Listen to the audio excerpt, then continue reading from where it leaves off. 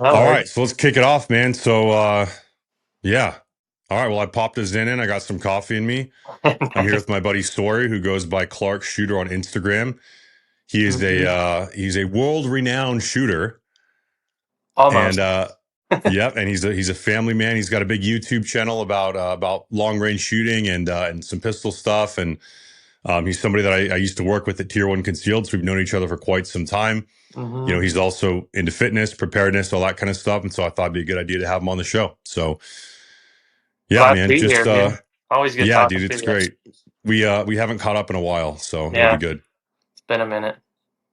How you So yeah, been? tell the people who are watching, I guess, like who Sawyer is, who Clark Shooter is.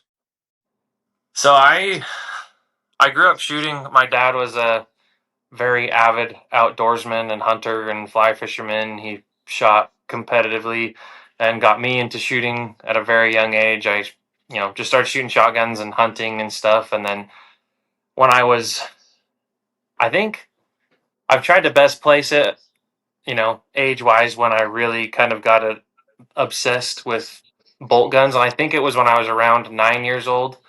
I started reading, those old, well, not really old, but those just like picture history books. Like it would be like the Romans, and then this, Yeah, and dude. it would just had all What the are those pictures and stuff. called?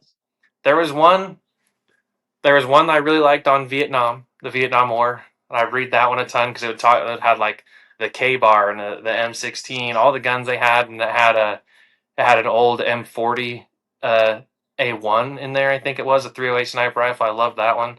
And then there was another one. I don't know if it was that book exactly, but there was another one that had a picture of an Accuracy International L96. So the green meanie, like the first AI. And I was just like, that's sick. Like, I want one of those. And when I was a kid, I thought you had to be a sniper to have a sniper rifle. And so I was like, when I got adult money and kind of like re I don't know, reignited that intrigue for bolt guns. I started looking into all of it, and I was like, oh shit, you can buy AIs. I think I was like 15 when I found that out. And so I was like, wow, I need to figure out how to buy one. And it took me till it's funny, I actually got my first AI. I ordered it while my wife was in labor with my profit I made from Dogecoin. What So a story.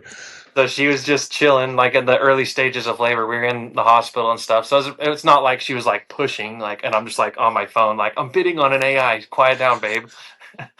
I was like, hey, can I order this now? She's like, oh yeah, sure. Because made, I think I made like 6 grand off of Dogecoin, and that's about as much as I needed for the AI. So I ordered it that day.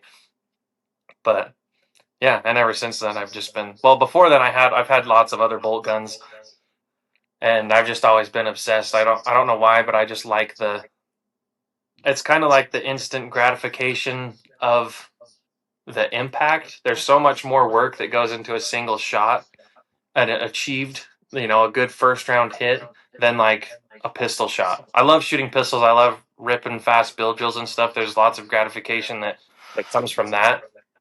But when you hit, a target first round at like 1,300 yards, there's a lot of work that went into that, and you get an instant like yes or no the second you pull the trigger.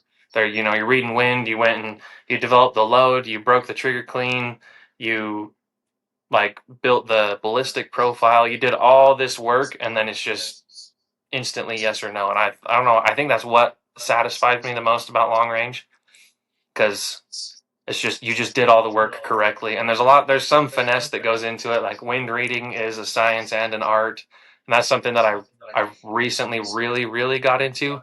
I've gotten I've kind of stopped buying rifles and getting more into spotting scopes because I want to observe the conditions that are going to affect the bullet. I really want to get good at that. So wind reading has become kind of my latest obsession. But yeah, I'm just super autistic about it, and it's very satisfying. I was gonna say it's your autistic fixation or your special interest, what they Yeah. call it. Now, before you had the AI, you had is it Tika? Yeah. Yeah, I had a Tika CTR and a KRG Bravo chassis, and it's still in the family. I sold it to my younger brother to get him into bolt guns, and he loves it. It's always been a hammer. That was the first rifle that I shot the barrel out of. So I Yeah, shot it enough that it the riflings went away. I remember that when we worked at Tier One, you had that, Hmm. and then I remember the Dogecoin thing happening, and a bunch Yeah. of people made money on it. And I remembered that because I was working at Tier One at the same time, and I think we were talking about it going up. Hmm. And when I went to go sell, there was some problem with the network or something, and I basically like my transaction wouldn't go through. And then by the time I was selling, I was like back at zero, so I like made nothing. Yeah, it was crazy because when I bought it like 2 cents, and I only spent like $250, so I got a lot. But then I sold at like it was either 69 or 71 cents. So, but I What a wish I would crazy have bought a world lot that more. you Yeah, can that's crazy. crazy crazy world that you can just click a couple buttons and make $6,000. Yeah, I mean, I haven't done any investing since then, but Yeah, me neither. I'll just quit while I'm ahead. Yeah. And so with bolt guns for you, it's kind of just like a hobby for you. Yeah, I compete a lot. Well, I'm trying to compete a lot more. I really like the NRL Hunter style matches. It's a find range engage style match. So you go up to a blind stage. You have to find your array of targets. You have to range each one, make a win call, and you get points for first or second round impacts. I think it's more of a practical competitive competition. It's kind of what you would normally do out, hunting or whatever. PRS is really fun, but you're kind of on the stage. You get to game it. You get to watch everyone else's win. You get to see how they run the stage. So it's still really fun. It's great practice, but I like the timed and urgency aspect of it. And I want to shoot some sniper matches as well because they just add a little bit more complexity and throw in different weapons. But yeah, it's really just a hobby that I've kind of gotten it to pay for itself through social media. Yeah. Well, the PRS, it's almost like USPSA with a bolt gun. Yeah, so you can game the stage, you can watch other people run the stage, you can even watch downrange and watch the wind, and sometimes some matches you can even talk to each other like what was your wind hold, what kind of, what did you guess the wind mile an hour at? So you can just game it a lot more, which, it still takes a crazy amount of skill and there's some insane PRS shooters, but it's not really what I want to do rifle wise. I think being able to pull up and have put an effective round on target in less than a minute or 2 minutes is, I think, that's very useful outside of the competitive world. Yeah, and I like that it's a blend of analytical stuff like Hmm. figuring out data and then also the finesse of like, the trigger squeeze and all that kind of stuff and a little bit Yeah. of art form like you said. And when those things are blended together, that's when you're really good at it, which I'm Hmm. sure you are because dude, you're stupid fast with a pistol. Like you obviously have the kinesthetic awareness and the fine motor skills to be able to do that part. Hmm. And then it's just all about learning the intricacies of like whatever, dude, like how to make the round go where you want it to go, Yeah. which that's something that I haven't learned yet. I've got this 6.5 up here that I bought off of Jared that Hmm. him and I took it out and zeroed it like one time. And it's basically sat up there ever since. So I guess my question for you would be if somebody wanted to get into bolt guns and let's say they bought some kind of basic setup like what I've got, what would be the best way to like learn that skill? I think there's tons of really good YouTube videos on just like the basics of it, but it's it's kind of hard to narrow it down. It depends on like the range you have access to, because obviously like getting sending rounds down range at a distance is going to teach you a lot more than just shooting small targets at 100. You can do some great positional stuff at short distance that'll teach you about like your natural point of aim, your wobble zone, breaking the trigger clean, breathing, stuff like that, and you can get to shoot really tight groups. But the conditions, like the weather variables, have a very minimal effect on your round at that distance. So when you can, take it out and start learning what your bullet is or what the wind is doing to your bullet. One thing that I like to do that I think has helped a lot of people and it's helped me is get a Kestrel, so your little weather meter, and even when you're not shooting, like I always just have mine in my car. So when we go like hiking, I'll have it, and I'll look at the weather conditions, and I'll look at the trees if the wind's blowing, and I'll make a wind call. I'll say maybe this is a 6 to 8 mile an hour wind. I'll make my estimation, and then I'll pull out the Kestrel and open the wind impeller, and have it read the wind, and I'll be like, oh, it's actually like a 9 to 10. So it kind of helps you calibrate yourself to different conditions and how the wind is affecting the wind indicators, like the leaves, the dust, whatever is moving because of that wind. And you can kind of refine yourself so that when you just get to read wind in a lot more conditions, because you don't have to read wind only when you're behind a rifle. So the more time you can get just reading conditions and making correct or just, really accurate guesses, the better your wind reading is going to be when you are behind a rifle. So I think that's what's helped me the most, and just taking glass with me too. Like when I go, when we go outside a lot. I try and get out of the house a lot, and I always try to have binos and a Kestrel with me, and just looking downrange, reading mirage and conditions downrange, and just trying to make an accurate wind guess. And then if you do go down, downrange, hike further down the trail, whip out your Kestrel and be like, oh, it was a 10 mile an hour. I was guessing an 8 mile an hour. But yeah, wind reading will take you a long way. Outside of that, it's just going to be a lot of just accurate data gathering by getting, correct velocity and putting all the accurate data into the ballistic calculator, because you need to know how fast your bullet's going. You need to know the BC of your bullet. You need to put it into your Kestrel, whether it's, a G1, a G7, or a custom curve. They have those now. It's kind of just how the bullet was fired over a Doppler radar. There's just a lot of data that needs to be entered correctly, and if you kind of half-ass that, you'll just struggle and you'll just waste ammo. So if you can get on YouTube or whatever and find the video where, just a solid dude is showing you how to enter all that data correctly, then when you are putting rounds down range, you'll know that you missed because of wind or your own lack of marksmanship skills. It wasn't because of bad data entry. I like that. That really appeals to me because it's the same way with me for fitness. It's all about collecting data. Mm-hmm. And I think a lot of people with shooting too, but with fitness also, they go based on like vibes where they're like, oh, I'm just gonna like, try really hard and like kind of guesstimate and that kind of shit. And it's the same thing with fitness. Guys will go in the gym, they'll try to guesstimate like the weights and reps and sets they're doing without collecting data and seeing like where they need to improve. And so that really appeals to like my nerd like sciencey kind of mind, which I like. Now with all the data and stuff like that and punching that stuff in, you do that all like in an app on your phone.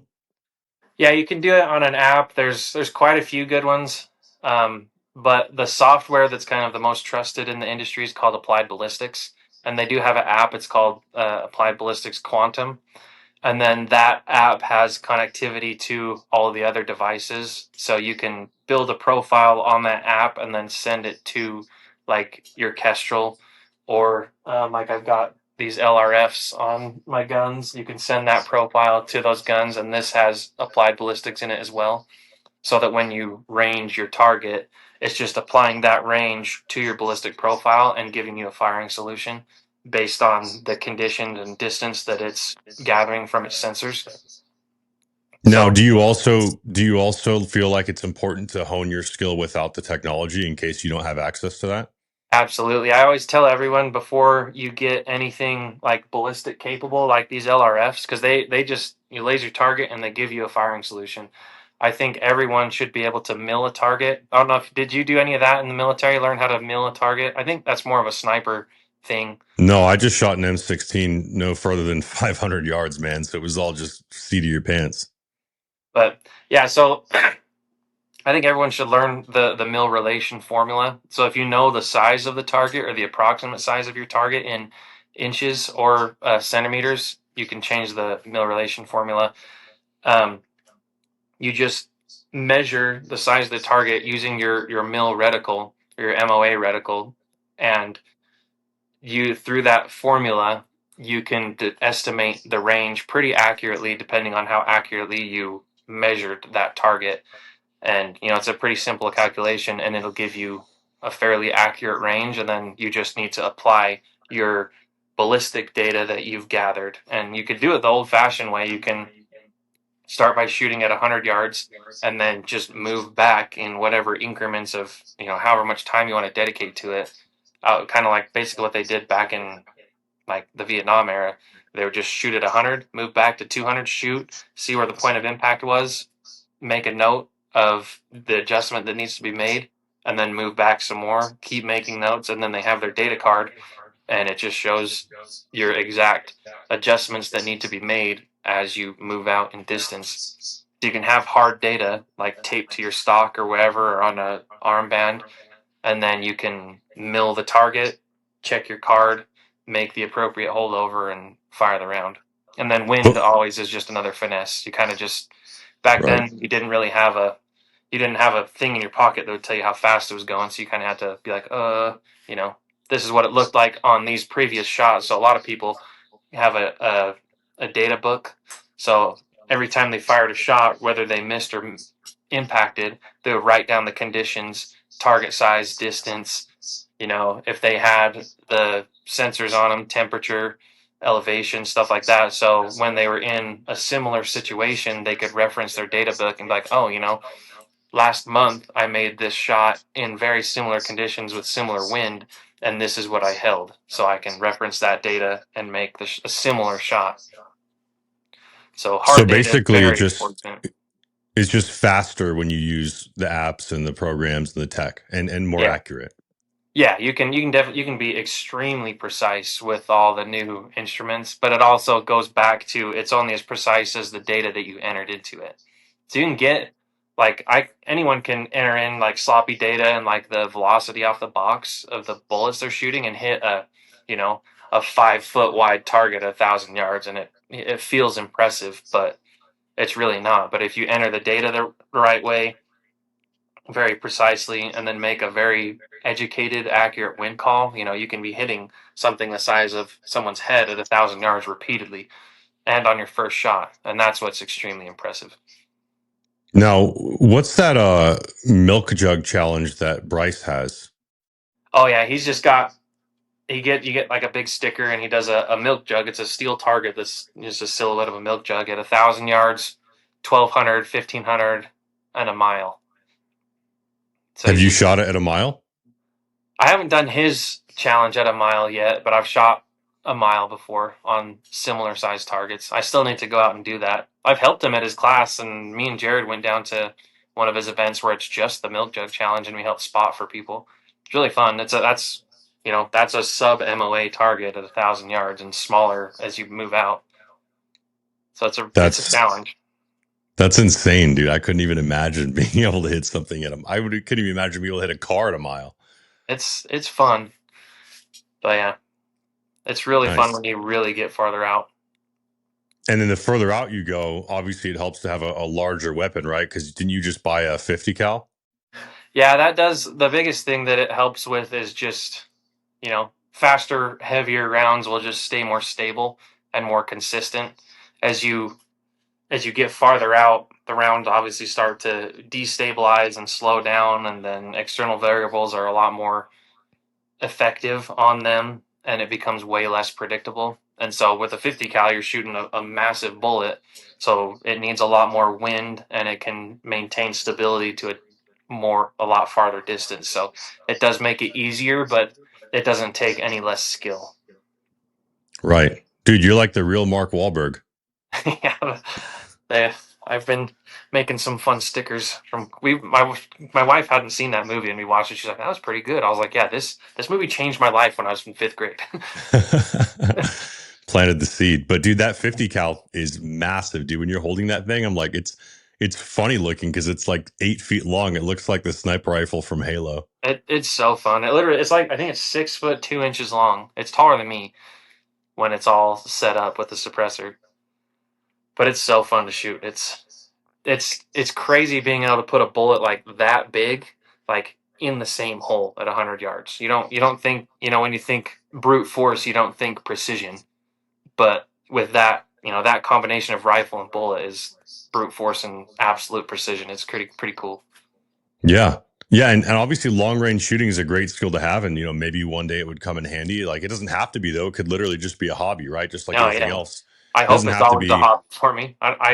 It would suck if it came to the point where, I mean, I'd be glad to have it, but nobody ever really wants to use their gun in defense of themselves. Hate to ever be in a position where, Oh yeah, I I would mean, hate we that, all dude. fantasize about it, but the Every time world I that walk into that 7-Eleven. yeah, the world that that's in, isn't a good world for our families.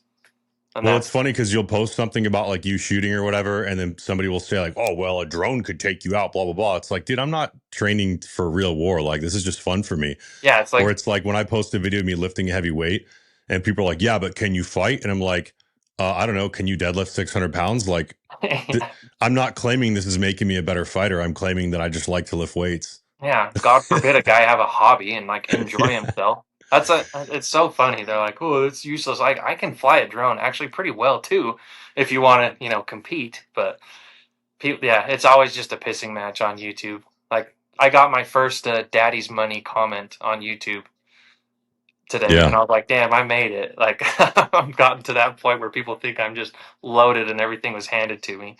Anytime that you have more money than someone else, it's daddy's money. Anytime you have a better physique than someone else, it's steroids.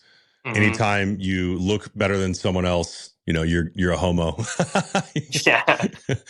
It's I was talking to my wife about it. I was like, I think people just they want that to be in their head. That's like, yeah, his dad's just rich. He was given him like he gave that all that stuff to him. It makes themselves feel like their life is less wasted. It makes people. If they can just stomach the fact that no, I just worked my ass off and now I'm reaping the rewards, it makes them feel like they've wasted their life because I might be younger than them and I have more than them. So like, oh no, they don't want it to be an epiphany that, they kind of wasted. They're lazy.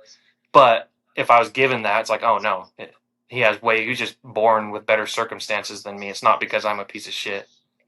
It definitely makes people feel better about their own lack of discipline and lack of success. And obviously, I see that with fitness all the time. Hmm. Because anytime you're stronger than bigger than anyone else, it's like, oh, it's because you're on steroids, or it's this, and it's because you have all the time in the world and this and that. And it's like, it just, that's how people justify staying fat, staying lazy, not working hard, not grinding at work, not building a business. Because they're Hmm. like, well, the only reason I can't do that is because the people that do have that, cheated to get there, had some kind of leg up, born with a silver spoon, and it's such bullshit, dude. Yeah, they just need their own life choices validated in some way, and it's just only in their head. They just kind of have to give themselves, give themselves their own little echo chamber to be like, oh no, it's definitely not me. Let me ask you about that. So obviously, you work full time, you've got kids, you've got a family, but you're still in great shape. You're still a great shooter and you train. How do you balance like all of your responsibilities with your hobbies? It's definitely gotten harder now that I've been a dad for the past almost 5 years now. My oldest boy turns 5 next month, and I have a 1.5-year old as well. So, before that, it's just like every weekend I want to go and do whatever I want. And when you're just married or even just dating, it's so much easier to be like, hey, babe, let's go to the gym. Now, my wife's super active; she loves working out too. So, doing your hobbies is way easier when it's just two adults. But now that I'm a dad, I obviously want to devote as much time as possible to them. But I also want to, continue my own hobbies because you have to maintain your own hobbies and passions because it keeps you sane. It would it would suck if you were only only a dad. Like that sounds weird, but you have to like you have to have. It's not really a vice, but it's just something to pursue. Like you can still be a really good dad and someone that's good at something that your kids can look up to and like strive to be like. But no, I think the social media has definitely helped a lot with just being able to shoot more and stuff because it kind of turned my passion and my hobby into something that's self-sustaining because the stuff that I have now I wouldn't normally be able to afford because I've kind of built my platform into something that's very useful to other companies and I like to think I've made myself into somewhat of an authority that people respect my opinion when I give feedback on you know guns, optics, whatever that is applicable to my industry. So that has helped me get a lot of things as well. People will send me rifles, optics, and stuff, and they say, "Hey, we either want your opinion for feedback to make the product better, or we want you to be basically seen with our product and influence people into buying it." And I think I've maintained my reputation as, I am an influencer. I don't like saying that. I think it's like kind of a gay term, but I only take things when people want to send me stuff. I only take it if I was either saving for it or wanting to buy it. So I know that it's a good product, and I won't recommend it to people unless I've, really beat it up. Because I don't want someone to go and spend their hard-earned money on a piece of shit and then have it break. Because I've been down that road. I've kind of modeled, well, because I wasn't prior military, law enforcement, whatever. I'm a hobbyist at best. I like to shoot to a very high level, but my background isn't combat. So when I give recommendations, I kind of give it from the point of view as a professional consumer. Because I started buying bolt guns and things in the long range world at a earlier age, so I can give good consumer advice. Someone's like, "Oh, what about, this scope or whatever? Is it good to buy the cheap gun or the cheapest gun to start out?" And I'm like, "Actually, I've been down that road. I bought a really cheap gun and a really cheap scope, and it cost me a lot of money in ammo and made me think that my my self-education and my skill as a shooter wasn't adequate when it was 100% the weapon. And then when I got better, nicer stuff, I was like, no, I was actually doing the right stuff. My gun just couldn't keep up with my skill level. So when I give advice, it's from that point of view. I try not to give like tactic advice or on stuff like that. Just strictly shooting advice and advice from my level as a competitive shooter. I'm not professional and I haven't won a ton of matches, but when I do give competitive advice, it's just from the point of view as a hobbyist that's trying to get better, that shoots quite a bit more than just your average dude. Well, I think that's really relatable because, most people aren't in the military, they're not snipers. And so maybe that stuff isn't as applicable. And then it makes you relatable to other people because, like, oh, he's like me. He's a regular guy. He's a dad and he's a shooter. And so they're more likely to listen to you. And Hmm. dude, I get guys all the time who come to my page from your page when you repost stuff, and people trust you a lot, man. Not to like glaze you or whatever, but you're what I always tell people is you're one of the few guys online that you're exactly in person how you portray yourself to be on the internet. And I think that people can tell that you're genuine, and that's why they trust you so much and listen to you so much. Not to mention you're relatable because you aren't somebody with like an untouchable skill set that you learned in the military. Like, dude, you're basically self-taught. Hmm. Yeah, and I really try to, I guess it's not hard, but at the same time, it can be hard being the person you are in real life as the person you are on the internet. Because, it's really cool to think that I'm some elite shooter. And a lot of people do think that. But then when I go and shoot at a match and get eighth place, they're like, oh, you're a fraud. Like, you should have showed up to this match and just absolutely wiped the floor. But no, I don't. When I tell people I'm going to the match, I'm like, dude, I'm going to get smoked. There's a lot of freaking studs here that are way better than me, but my followers or follower count does not equal skill. There's a lot of retards out there that have tons of followers and they're retards. I don't want to be one of those people that is just walking around swinging their follower dick, and that's all that they have to you know that's all that they have is just their internet life.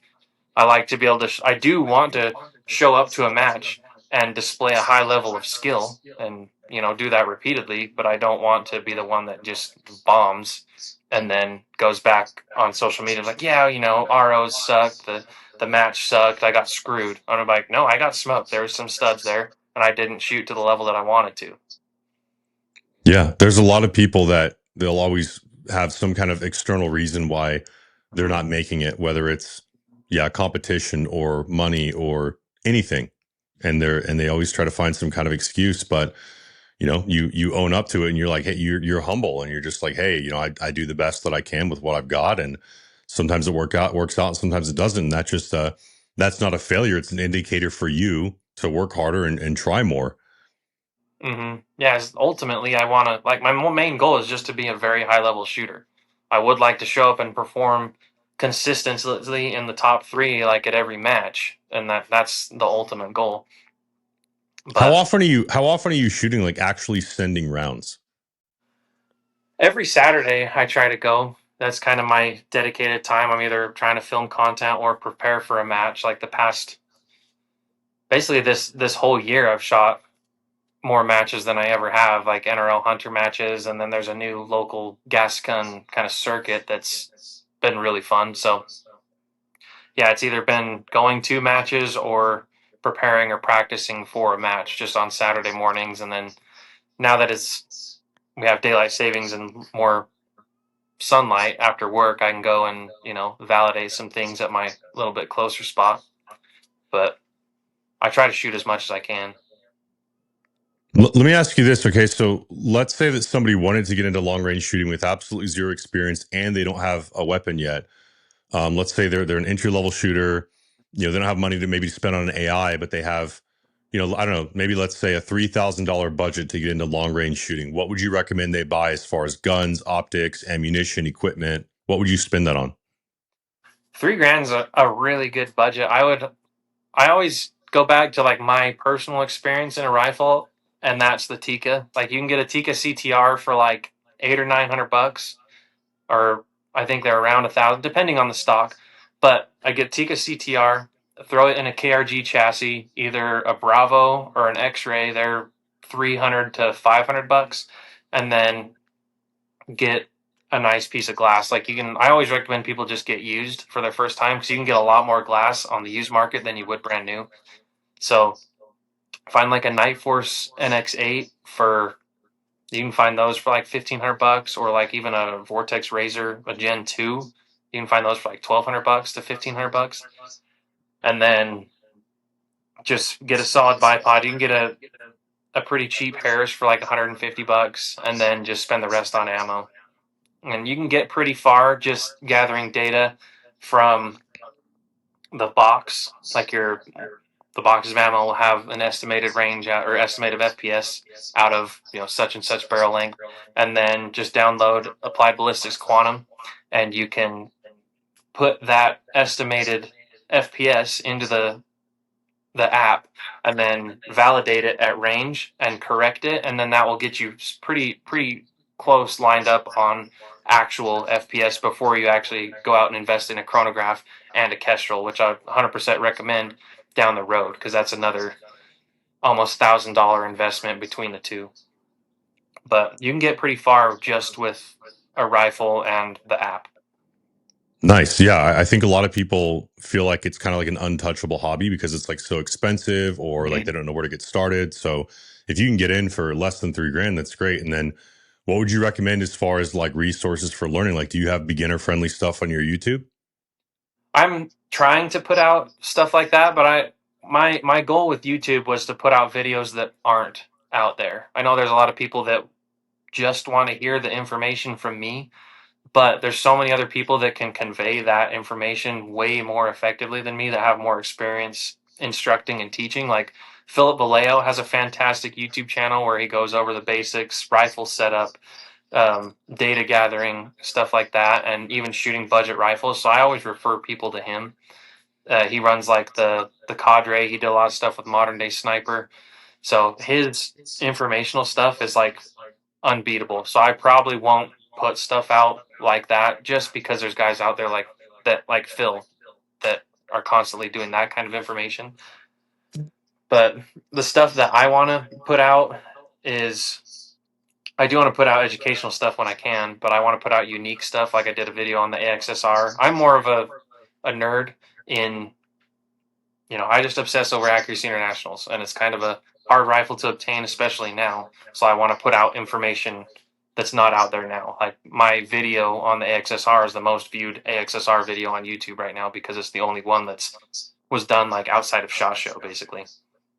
Right. And So your channel's a little bit more niche as opposed to like yeah, shooting 101 because there's already a million videos on how to do yeah, that. there's tons of good info out there, and I don't want to just add my voice to the crowd. Like if I'm going to be saying the exact same information, and I'm glad there's people that want to hear that information from me. It's flattering, but I would much rather refer people to people who are much more educated and professional than me in that aspect.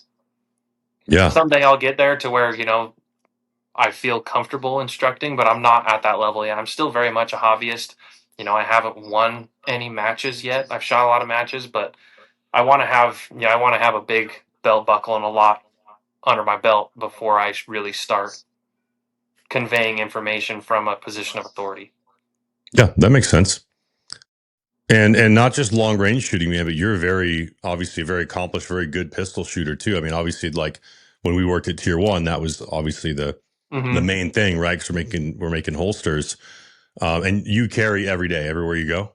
Yeah, absolutely. I almost never take my pistol off. I basically only sleep without it. And I've What's got your a what's your go to everyday carry?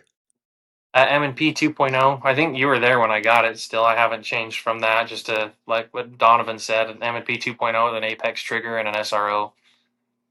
But I'm still a huge fan of Glocks. I've got a lot of rounds on Glocks.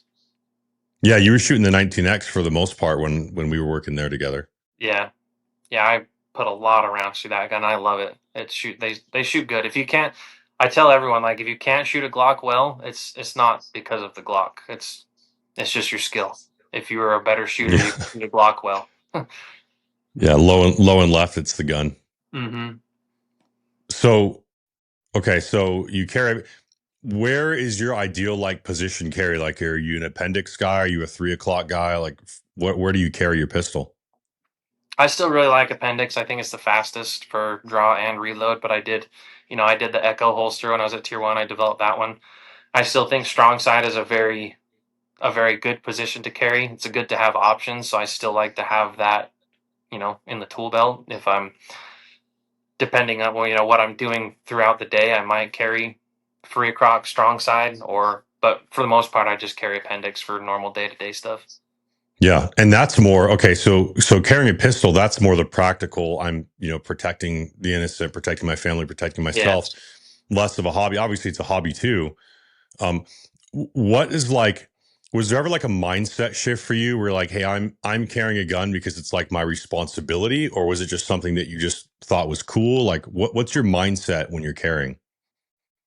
I think everyone gets into it because they think it's cool. I think every aspect of life is influenced somewhat by aesthetics and what you visually see is like appealing and cool to you. So I think everyone gets into it because it's cool, but you kind of have a come to Jesus moment when you're like, no, I need to be like legit responsible.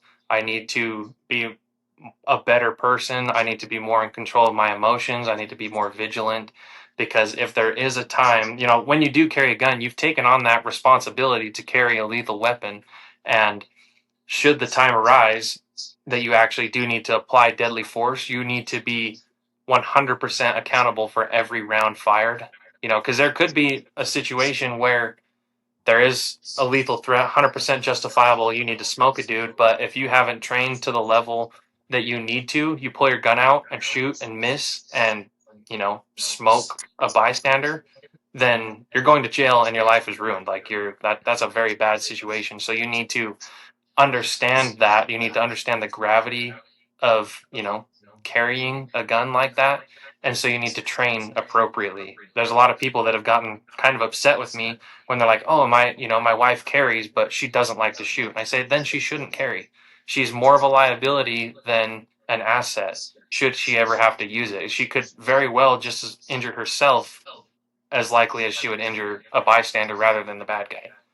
So I think just being very serious with yourself and kind of realizing what you're taking upon yourself, and you need to train to that level. You need to train to a higher level than law enforcement does, because as a civilian I don't have the same backing as law enforcement.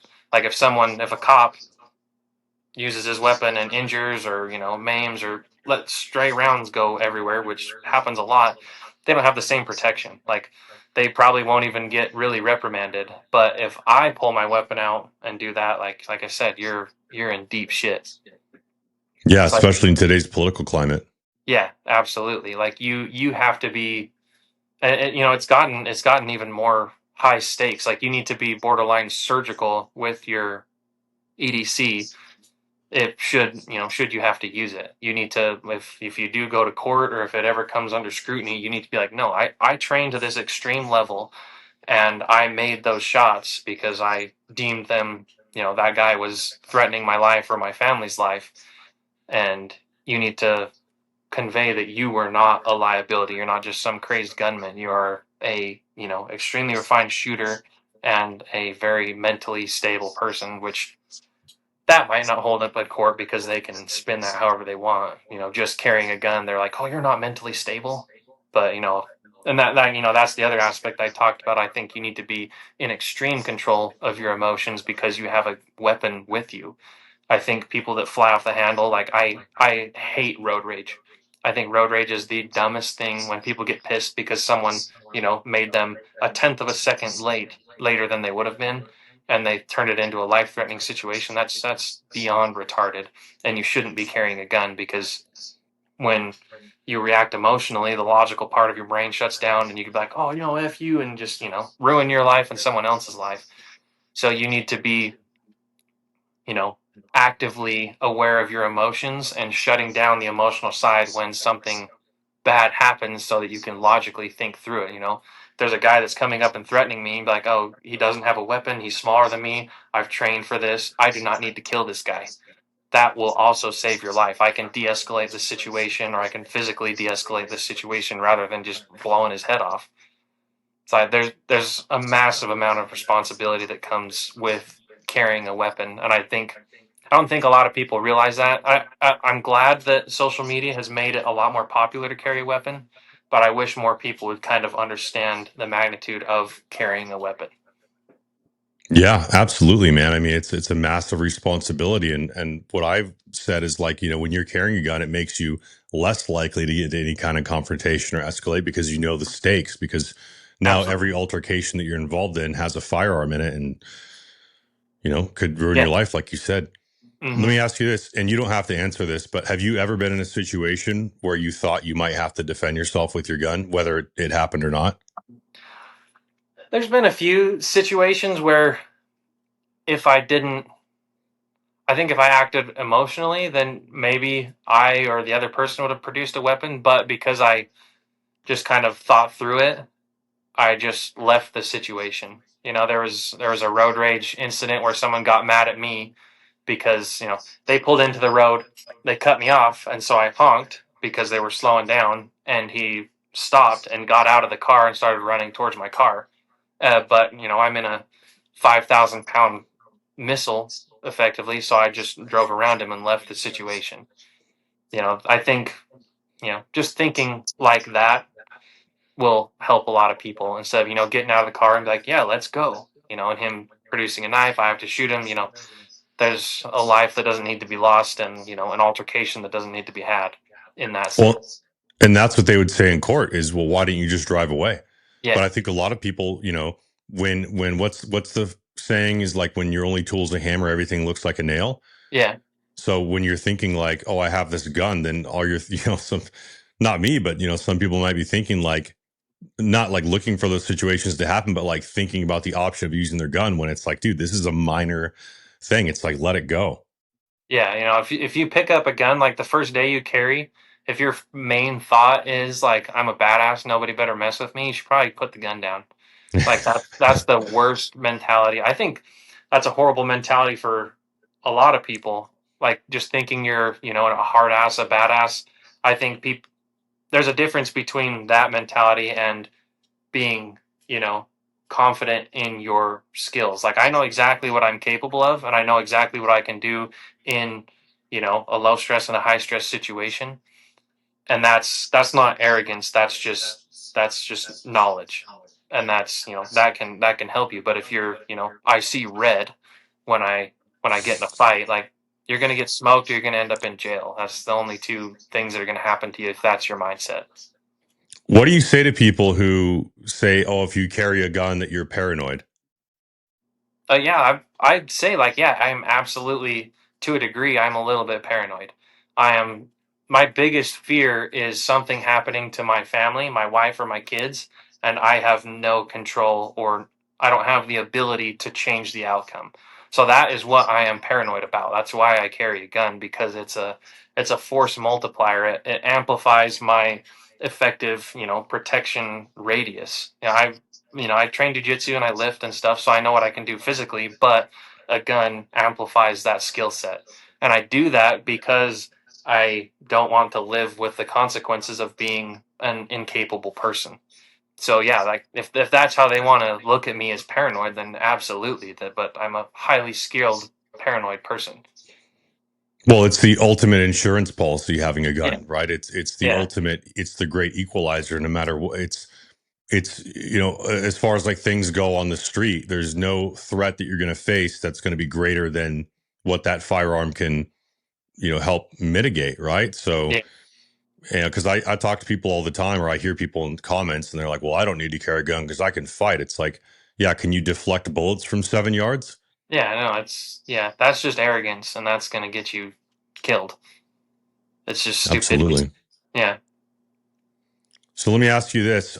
Where does like physical fitness tie into all of this as far as like preparedness and being a protector of your family goes? I think there's not a single aspect in your life that fitness and being in better shape doesn't improve. Like just being in better shape and being healthier is beneficial to literally everything. Your relationship, your own just your normal day-to-day life. Walking up a set of stairs doesn't wind you. You sleep better, you just feel better, and then when the time does arise, like if you need to get up and get to another place quickly, you can move. If you need to lift something, pick someone up, move them to another place, you can do it. And then cognitively, with a handgun, with a bolt gun, it's you're just going to be a lot more aware and in the moment and able to process more information and execute to a more refined degree than you would if you were, out of shape. So I think it goes hand in hand with everything. I think people that just are out of shape or that refuse to lift because they don't think it's going to improve their life. They think they're all, it's only going to be beneficial when I look in the mirror. Then you're denying yourself a lot of ease in life. Yeah, and it almost just like carrying a gun being an insurance policy with for your family safety. It's the same thing with fitness. I see it as your duty as a man to be in good physical shape. And I think that a lot of people don't see it that way and they don't think about it that way because they're like, well, those kind of situations are rare, or I'll just call the police or something like that. But hey, the police are minimum 5 minutes away, right? And Yeah. you're the one that's responsible. Yeah. And then, like, when I think of police, like, I do respect police, but, it all boils back to they're just another dude. They might not have, they don't have the same passion for my family as I do. And to put it bluntly, I cannot trust the police. I can trust them to a degree because, they want to do their job, but I can't trust them to protect my family to the same degree or to even have the same kind of, I don't know, philosophy and views that I've built my life around. So I'm not saying I can't trust the police in a disrespectful way, but I don't trust them as much as I trust just another random dude on the street. It's that level of trust that, like I trust you a lot more than a cop or a random dude because I know you. There's a lot of cops that I trust with my life because I know them personally and I know the degree that they train to. So when I call the cops, I'm not going to rely on their physicality or their skill with a handgun because I just lack the knowledge of their skill level. Yeah, well, So I train a lot of police officers for physical fitness that are badass dudes. They're fit, mhm. they train, they shoot, right? They hone their craft, they're good at their skill. But you and I have been to some pistol courses where some of the least skilled shooters were law enforcement officers. Yeah, and a lot of cops, it's just their 9 to 5. They don't care about it. It was an easy job. They got into it, and there's a lot of really lazy cops. And when if I do dial 911, one of those lazy cops might show up. That's And all I'm getting at when I think when I say I don't trust the police. It's just because I can't count on a stud showing up. I really hope one of those studs shows up and can help me with the situation, but I can't guarantee that. So that's why I you know take that responsibility on myself, as every father should. You know, I also don't think fathers should be pussies. Like, you should be a man. You need to be able to handle your shit when it happens. yeah, absolutely. It's your responsibility, man, as the head of the household. That's one of your jobs. I see being a man and a father especially as sort of like a sacrificial role. Oh right? yeah. Like, hey, you're the one that's supposed to stand in front when shit's going down. And regardless of if the officer that shows up is competent, they're still going to be a few minutes away. And those kinds of physical altercations happen in a split second. You don't have time. You just don't have Yeah. time. It's like, Hmm. and it's like carrying with a round in the chamber. Are you going to have time to put your seatbelt on before a car accident happens? No. So you Yeah. carry with a round in the chamber. You carry with that gun piped and ready to go. Hmm. And that's No. something we see a lot too. Is people are like carrying with an empty chamber with their gun. That stuff is insane to me. No, and that's just because they don't trust themselves with a weapon. They haven't trained to a degree to the point where they can trust themselves to pull the gun out of their holster without blowing their dick and balls off. You need to be able to trust yourself to a certain degree with your weapon, and that an empty chamber is just a crutch. So let me ask you this: what is your pistol training routine as far as like being a self defense pistol shooter goes? It's definitely not what it used to be at tier one, because that was we just lived and breathed pistol stuff. Like we were, that's one thing that I can brag about. I was really fast and really good with a pistol, but I still try and maintain that skill. But my main stuff is just I really think a 7 yard build drill is very effective. It's a really good baseline to kind of feel where your skill is, how accurate you can be at 7 yards, laying down six fast rounds on target, and then adding movement to that, forward, back, side to side, and then like it's basically one of the things I do the most is just Donovan's elite standards. I try and run those like 2 or 3 times every time I go and shoot my handgun because I feel like that's if I can lay down those like 6 out of 8 clean, then I'm very confident with my ability to just protect. Because if I can lay down 5 really accurate shots at 15 yards center mass, that's really good. I can do the 2 incapacitating shots at 10 yards. That's like extreme accuracy, tons of speed. I think that's super practical. A really low probability shot like a hostage taker, that kind of practice is, I feel like, going to be very practical in a situation where, I have to put someone on the ground very quickly and having practiced that so many times, I'm going to be able to be processing the situation. I don't have to think grip, sights, trigger, sight picture, head, between the eyes, whatever. It's just going to happen. I'm going to be confident in that ability and then also be assessing the situation. Yeah, you fall to the level of your training, right? You don't Yeah, rise to the exactly. occasion. And Yeah. dude, point one tactics, Donovan, man, by far the best, most skill enhancing courses I've ever been to. Oh Like yeah. I don't think there's any course that I've ever been to for pistol that's leveled up my shooting as much as Donovan's classes are. And I think it's partially because the drills he has us do, Oh and yeah. partially because the way that he explains things, I like it just clicks. It just makes sense to me. Like when he does those demonstrations about recoil control, he puts the pistol upside down and shoots it to like demonstrate a point that like, hey, recoil control is the follow-up shot, stuff like that. Like, man, it just makes so much sense. And every time I left one of those classes, dude, I swear I was like leveled up in my shooting, dude. Oh yeah, absolutely. Donovan took my shooting to a whole nother level. And just training because we trained with him a lot and then running the elite standards as much as we did, like that made me into a super confident shooter because it's all from concealment. I don't think I like to go OWB sometimes. It's fun, but it's not practical for me. I think training with the gun that you carry from the position that you carry in as much as possible is the most practical thing for you. Yeah, I'll tell you this, dude. The reason that I became a better shooter was because I started working at tier one with you guys, and I Oh was yeah. surrounded by people who were better than me, and so I had to rise to the occasion. And I think that that is so important is having some kind of like either coach or mentor or training partner that pushes you to that next level. Because if it wasn't for that, I mean, I wouldn't be anywhere. I mean, I'm not as good of a shooter as you, but when I first started, I mean, I don't know if you remember, but the first time that I was like with you guys at tier one and I went to go take one of Donovan's classes, or it was like a private he was doing for us or something. I mean, I look back on those videos, dude, and I was a miserable shooter. It was like embarrassing. But then honestly, man, just in a few months training with you guys, dude, I was night and day difference, like Hmm. 10 times better. And it's literally just because it wasn't even because of any technical thing that I learned. I think it was just because like I saw you and Jared and Aaron shooting and Donovan shooting, and I like emulated you guys. Hmm. And I just learned I had to learn to keep up.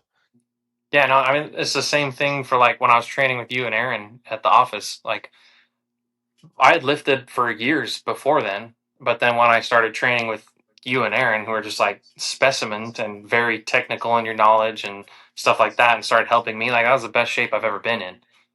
And it's the same thing. Like I think if you're the strongest person or the best shooter in your circle, you're in the wrong circle. Like you need to be with people that are pushing you to a whole nother level. So that's why I like going to matches because there's people that are far and away better than me, and I Hmm. want to observe how they do it and try and emulate them. Absolutely, man.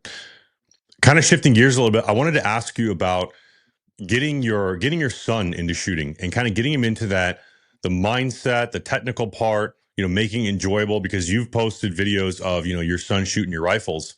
Mhm. What do you think is like an appropriate age or maturity level to start teaching your son those skills?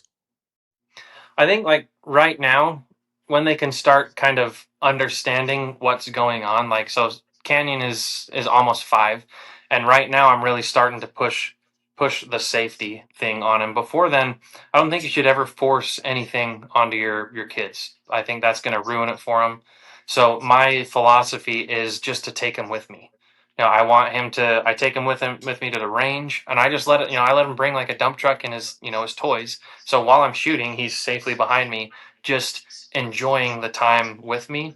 And, kids are curious. So if he's constantly with me shooting, he's gonna get curious. He's gonna ask. He's like, what's that? It's just, oh, it's a scope. Look through it, and he's gonna start to organically enjoy the things that I enjoy. And that's when I'll start to introduce the technical part, the safety part, before he really starts handling the guns, because the last thing I want him to do is say, "Hey, we're going shooting. You're going to shoot this. Get behind it. This is going to be cool." Boys are stubborn. That's just going to automatically program them to think that shooting is lame. They don't like it. They're forced into it, and they're never going to like it. But it's how my dad did. He took me everywhere with him, and I just started getting curious and enjoying the things that he enjoyed, and now shooting is my passion.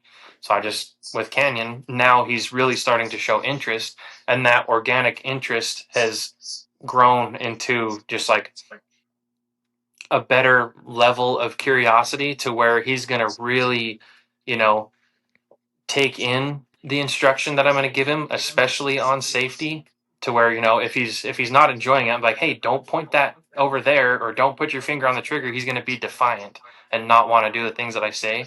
But where he's very curious and enjoying the time, I'll be like, hey, your finger needs to go up here. Action stays open. You do not point that anywhere past this line. He's gonna myelinate and remember all of those things a lot more because he's legitimately enjoying it.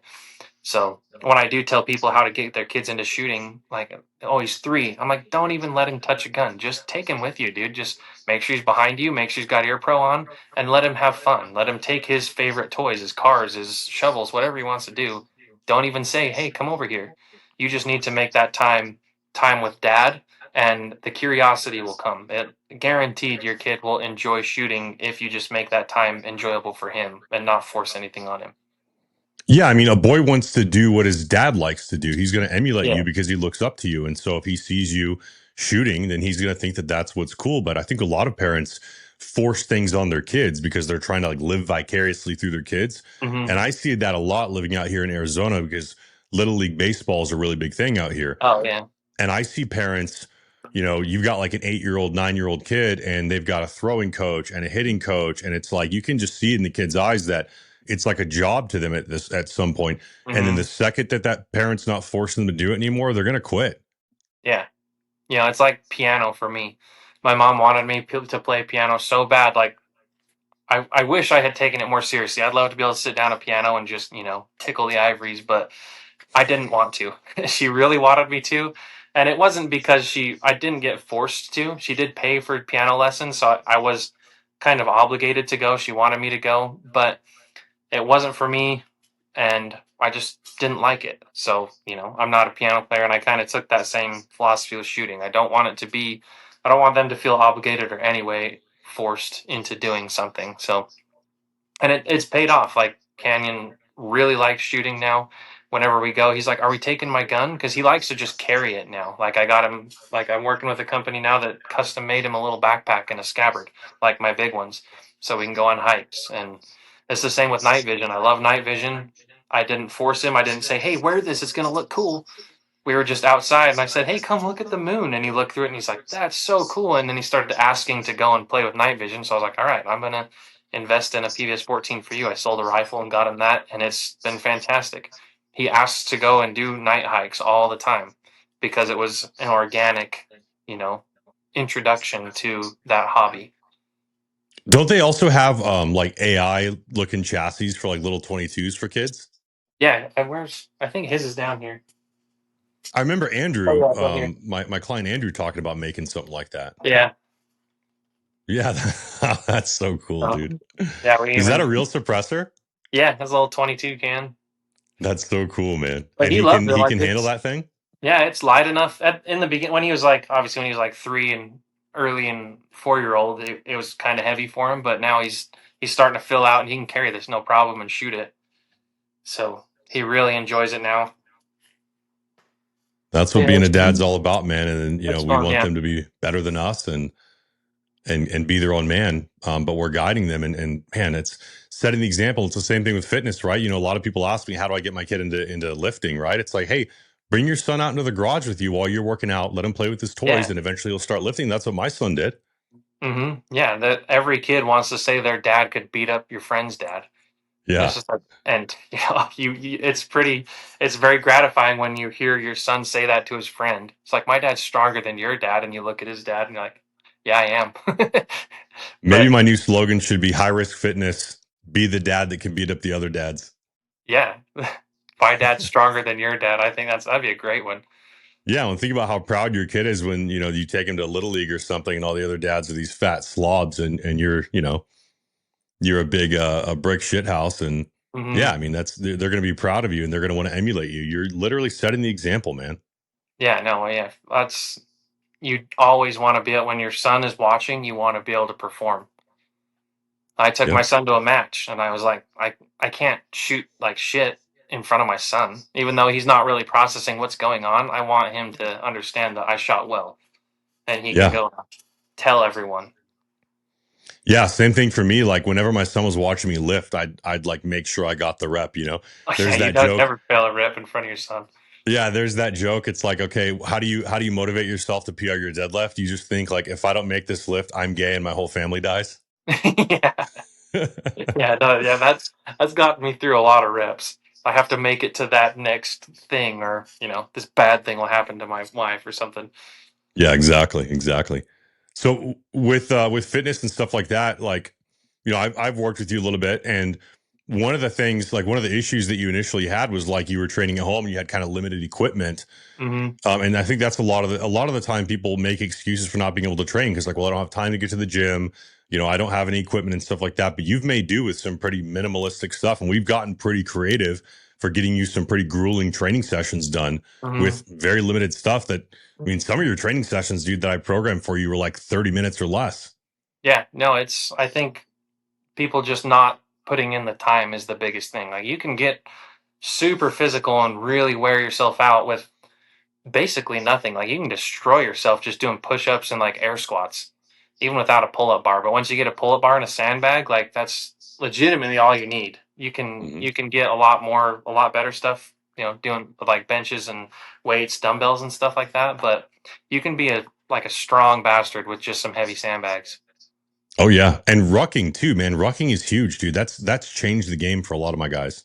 Oh yeah, I think rucking is one of the most practical like things to be able to do. Like if you can put some shit on your back and just pump it across the ground for long periods of time quickly, I think that's going to come in handy. Like very quickly. Like it gets your cardio, it builds a really strong just body all around. But, God forbid you have to pick up your wife and carry her for 5 miles. Like I think Yeah, that's super super useful. And just being able to like pick up your son and carry him throughout the day like if you're at the fair and he's tired is going to make that so much easier. Like if you haven't done that, it's your arms are going to be wearing out, you're going to hand your son to your wife and that's going to look really really gay. yeah. I wouldn't be able to live with myself, man. And I Yeah. see. We can talk about masculinity a little bit and stuff like that, but like when I see a guy with his wife and his his wife's driving and he's in the passenger seat, I just Yeah. have this immediate feeling of disgust. Yeah. I'm like, what a pussy. Yeah. And it's kind of bad. Like you don't want to think about that, but it also motivates you too. Like it's a very old school traditional value, but that's honestly how it should be. Like your wife can open a door and she can drive a car, but she shouldn't have to. Yeah, it's the dynamic that God set up for us, right? And like Mhm. where the family is healthier when we're following those rules, those that way of living. Yeah. Um Man, there was something else I was going to ask you about that, like kind of in that same vein. I don't remember what it was, but yeah, man, just being that protector, that head of that household, man. I mean, that's your responsibility, dude. That's your duty. And I think it's so lost on people these days because of how easy life is, I guess, and then also Oh like yeah. feminism and all that kind of stuff, and drives me nuts, man. But rucking, yeah, rucking is obviously very functional, and Hmm. also from a physiology standpoint, like you're building your tendon strength, your ligament strength, you're building your back. I mean, there are a lot of guys that I've trained that have had pretty severe back problems, and we've fixed their back problems partially through rucking and Yeah. stiffening those joints and making their core stronger and all that kind of stuff.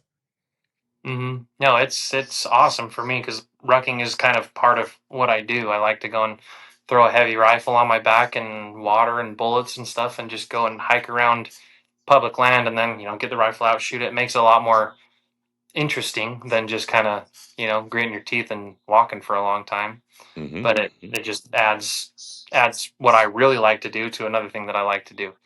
And it Yeah. feels good being able to, you're sweating, you're huffing and puffing, get your rifle out, build a position, calm yourself, make a shot, and then, get back to it. I think that's also a super valuable skill.